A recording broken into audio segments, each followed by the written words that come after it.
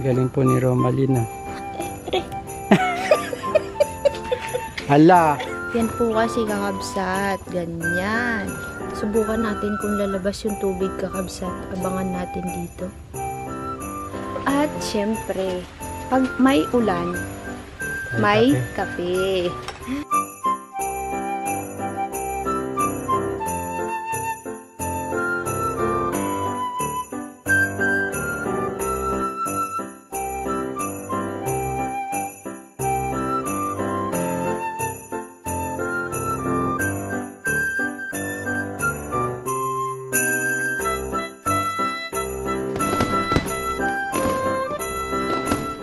Hi kakabsat, magandang hapon. Welcome to Vlogmas Day 6. Day 6 na po tayo sa ating December Vlogmas. At ngayon po nandito tayo sa farm kasi as usual yung mga alaga natin. At mayroon po tayong gagawin ni kakabsot dito sa ating para sa pandilig dun sa mga gulayan. Dahil hindi na po natin maasahan ngayon na alam niyo yung palaging uulan, talagang matindi na po yung init at gumawa po tayo ng paraan para hindi tayo mahirapan mag-igib sa pagdidilig para sa pandilig. Ngayon po, naisip namin ni kakabsot na gawan ulit ng kabitan ng hose yung ating bumbahan, yung ating poso. Kasi dati may hose yun kabsat, kaso lang nasira po yung may part na nasira dun sa poso kasi hindi niya kaya yung pressure dito sa hose. Ngayon, ang gagawin namin ni kakabsot sa mismong bunganga ng poso natin siya ikakabit.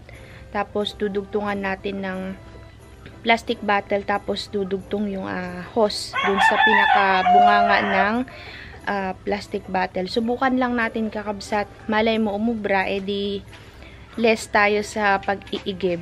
Hindi masyadong nakakapagod. Kagigising ko lang halos kabsat, nagpahinga kami ng tanghali dito. Kasi mainit, di rin tayo makakilos sa labas. Masyadong matindi yung sikat ng araw, hindi pa kaya. Sabi ko kay kakabsot, habang mainit, gawin namin ito kasi para mamaya kahit na magbomba na lang ng magbomba para sa pagdidilig. Medyo tuyot yung ating kasi kakabsat. Mga pananim para medyo tumaba-taba. Ready ka na ba kakabsot? Since nawala pa naman po tayo ditong kuryente, kasi nga sana to kakabsat ay gawan na lang ng yung sa motor ba idudugtong para automatic na magdidilig na lang siya, yung kulay itim na hose. Tapos sisirit yung tubig kapag may motor na. Kasi wala pa kakabsat. Pansamantala, ito muna yung gagawin natin. Pansamantagal. Sayang kasi yung mga tanim. Kung mapapabayaan lang ng ganun kabsat kasi namumunga, kulang na siya sa tubig. Marami po akong itatanim na bagong mga gulay. Kaya kailangan natin ito. Ito yung hose dati kakabsat na ginamit natin dito sa pagdilig noon. Kung maalala nyo, silang Kiltobias yung kasama natin taga-bomba tapos ini-spray-spray. Sana umabot hanggang doon. Kahit doon man lang sa Kamatisan kabsat. Umabot sana siya.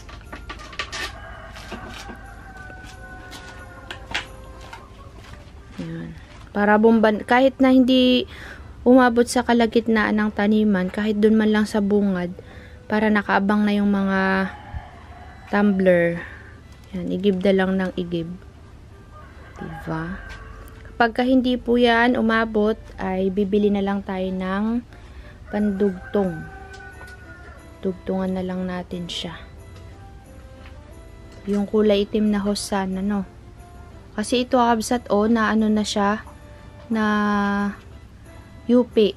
Ayan, sobrang tagal na hindi nagamit, na yupi-yupi na.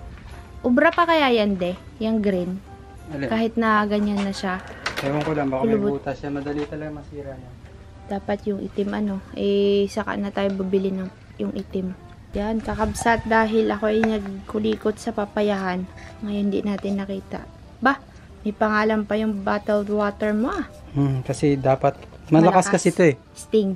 Malakas ang... Sting, baka naman Sting. Teka muna mga bossing niya. Yan. Ito po ang ating... Uy! Parang kumukulog di ah. Aba, Maliligtas ako sa pagawa. wag. Ituloy mo pa rin yan. Nandito na tayo. Nagkakulog kabsat. Kahapon ko pa hinihintay ang ulan ay. Ito na. Naku pa, sana wag lumabas dito ang tubig. Kailangan natin talian dito mga kabsot. Yan o, de. Kita nyo po ito. Baka dito lumabas yung tubig. Kailangan tatalian din dyan. Kulang na tayo sa ano di ah. Pangalan nun? Yung, yan o, rubber. Nako, parang ulan pare.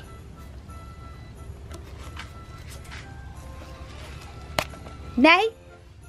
Kulan. Napugsatan, kabsat, napugsat. Napugsatan. Na, nagakulog-kulog. Sobra kaya yan, de.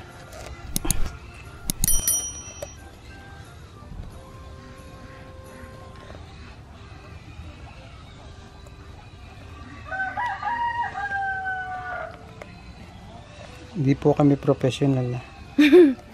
Baka sabihin, ang pinagagawa nyo? Testing lang, bay. Testing lang. Ay. Matigas pare. Hindi kasi ganyan. Hawakan mo lang. Hawakan mo yan. May tuturo ako sa'yo. Ganyan, hindi mo na kailangan tudong higpit. Hindi mo na kailangan ganunin. Ganyan mo lang siya, oh. Sige nga. Tapos. Iipit Wow. mo lang na ganon. Ayun pala Bakit yun. mo kasi iganon mo? Galing po ni Romalina. Pare. Hala. Dito kasi yan, oh. Mahigpit nga masyado. Ilalak mo siya dyan, oh. Sige Parang nga, ganun. ilak mo. Minitim na yung daliri mo. Huwag ka matawa kasi. Ay, kina. Sabi mo, kaya mo yan. Tiga lang nang lalambot yung kamay. Kasi inan naman. Wala na tuloy. Atake mo.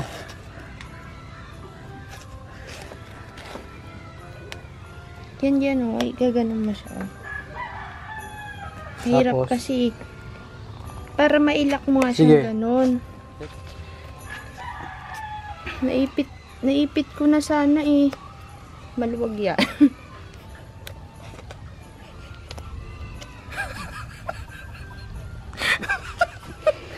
Walang lakas Maluwag yan. Parang yan. bulkasil to. Maglabas ba yung tubig? Nakalabas. Ala, yun yung butas di, oh. Nakikita ko. Kadulog mo naman di, ay.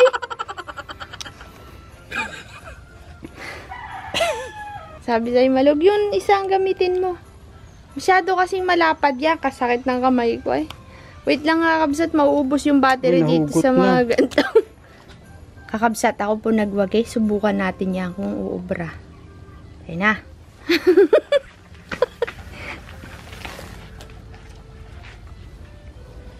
Subok. Ganyan talaga ang buhay. Pag di mo sinubukan, di mo malalaman. Yan po kasi kakabsat. Ganyan. Ala! Tagas boy, tagas. Uy, tika lang.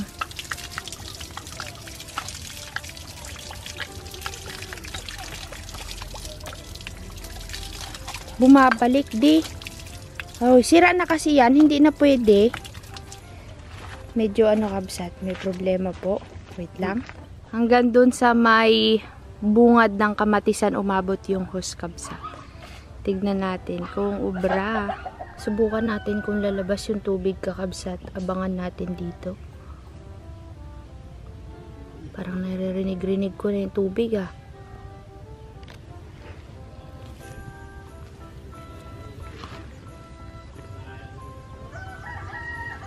Parang wala pa.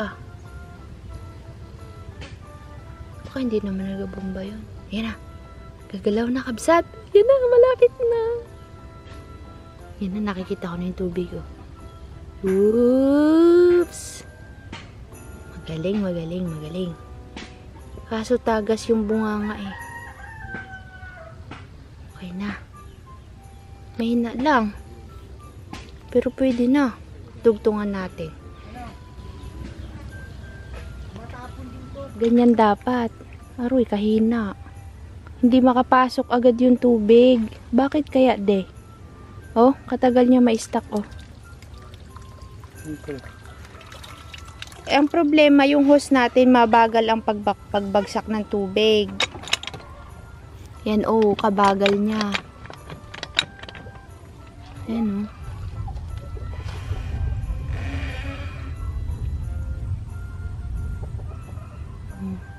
Dapat pala, kasing laki rin ng hose, yung kung gaano kalaki dito sa bunganga, ganun din dapat siya kalaki. Yung kulay itim. Kasi nga masyado siyang maliit, oo. Yung kulay itim ang maganda dyan. Yung kasukat ba ganito, para para paglabas ng tubig dito, talagang lulusot siya kasi medyo maliit. Oh, pisat na nga ay.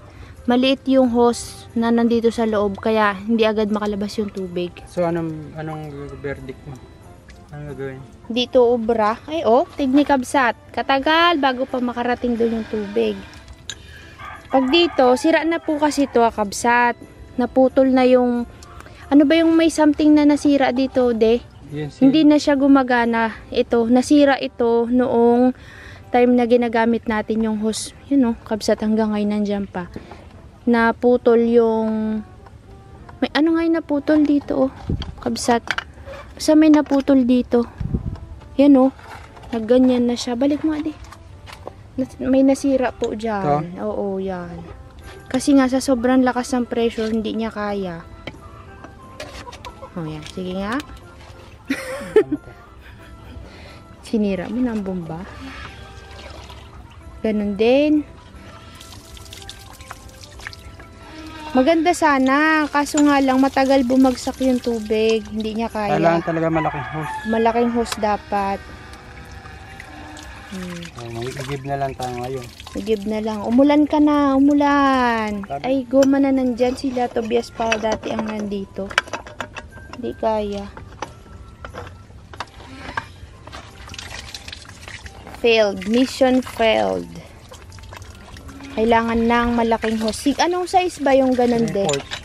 3/4. Yung 3/4. Isang rolyo, no? Oh. Isang rolyo. Ayun, kabsat. Next time, better luck next time. Dilig na lang tayo ng mano-mano. Pero parang uulan. Tingnan natin. Ayusin ko muna yung mga kamatis. Kakabsat, pagudwa. Umambon, kaso lang, hindi ko alam kung kakayanin niyang mabasa yung mga puno ng tanim. Lo, grabe yung pati yung ulo ko, pawis sa pawis. Naglinis kami ni Kakabsut siya, naglinis sa manukan. Ako naggamas-gamas doon sa may hall at nagtanim po ako ng mga rose. Nilipat ko na yung mga halaman na nasa poso. At kanina, inaabangan ko yung ulan. Ngayon, ambon pa lang, patak-patak. Ang nababasa pa lang nito, kabsat, yung mga dahon, mga damo. Pero hindi siya abot hanggang sa ugat ng mga pananim. Gusto ko pa sanang maggamas at mag-ayos dun sa kamatisan. Baka magkasakit tayo, lalo tayong hindi makakilos. Yan. Napasarap ako maglinis ay.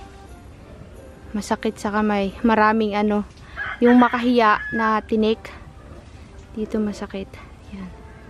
Nilipat ulit namin yung rabbit dun at natulo dito, baka mabasa siya. Gumanda na yung katawan niya, kabsat, na alagaan ni Kakabsut ng maayos.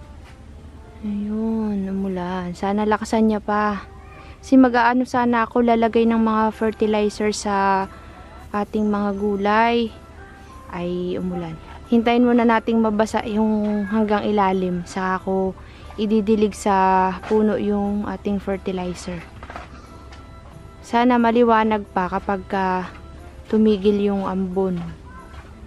Pero sa bundok malakas na yung ulan, kabsat, kasi ang dilim dun sa parte dun, oh.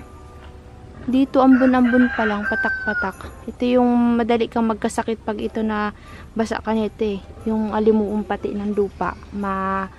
Ano ba, yung parang mainit, kabsat. Yung tinatanim ko nga kaninang mga halaman, sobrang init ng lupa na nakabalot sa kanya. Kaya nilipat ko na at baka mamatay, sayang naman yung mga rose. Ito. Iba na eh, mamaya na walang maghawak. At syempre, pag may ulan, may kape. May kamote. Dito yung kamote. Tignan natin. Maaga pa eh. Gusto kong hintayin yung ano, yung pagtila ng ambon para maibuhos ko yung dala kong pang-abono sa mga kamatis. Saan galing pang abono mo? Basta yung secret ko doon. Secret to. Kasi 'di ba maraming nagtatanong, bakit daw kapag ka nagluluto ako hindi ako naglalagay ng betsin. Hindi po talaga kami naglalagay nun, kabsat, kasi nasanay na kami na walang ganun pag nagluluto. Basta lang, mas masarap kasi yung natural na lasa ng niluluto.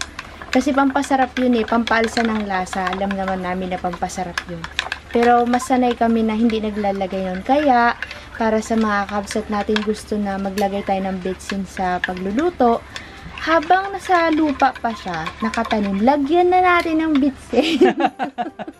Para, kapag niluto mo, nandun na. Oo. Hindi, kasi napanood ko din kay Ma'am Marisa yung pampaganda ng halaman, ng mga gulay, kamatis, ganyan. Kaya lalagyan natin siya ng bitsin. Para pag niluto, wag na magbitsin. Pag meron ka doon mga talong na ano, Para may ulam sila. Nagluluto po kasi kami ng ulam ng mga alaga namin. Saka ng kanin. Gusto nila ng kanin. Ayaw nila ng dog food. Di na nila kinakain, kabsat. Kaya, nagluluto kami tuwing umaga at hapon ng pagkain nila. Kanin is life din po sila, parang ako. Kabsat, ginabi na po. At hindi rin po nabasa yung yung lupa. Dahon lang yung nabasa ng ulan. Magbababad kami ni kakabsat ng fertilizer para bukas ay ididilig na lang po namin. Babad muna dito para matunaw. Yan, sige. Dagdagan mo pa din. to, dumi ng paniki. Di pa, isa na lang. Ang dali naman pala siyang matunaw di. Sakto yan bukas.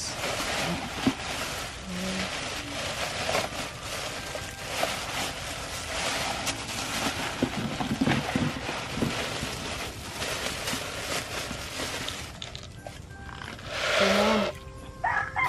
Ito na yung bukas. Oh, hindi umabot yung bitchin natin.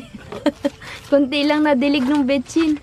Marami masyado yung pananim natin, kabsat. Sabi nila mas maganda daw magic sarap. Magic sarap. Para masarap. Para masarap. Hindi lumakas yung ulan, sayang.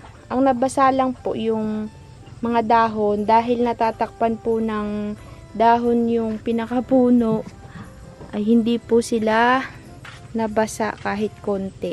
Pero yung mga area na walang dahon, yung nakalabas, yun nabasa. Ito po yung lupa na nabasa. Ganyan lang siya, kabsat, pero parang kulang. Kulang as in talaga. At least nabasa yung yung mga dahon-dahon para ma-wash yung spray. Yan. Kahit papano ay naibsan yung kanilang pagkauhaw at sobrang init po.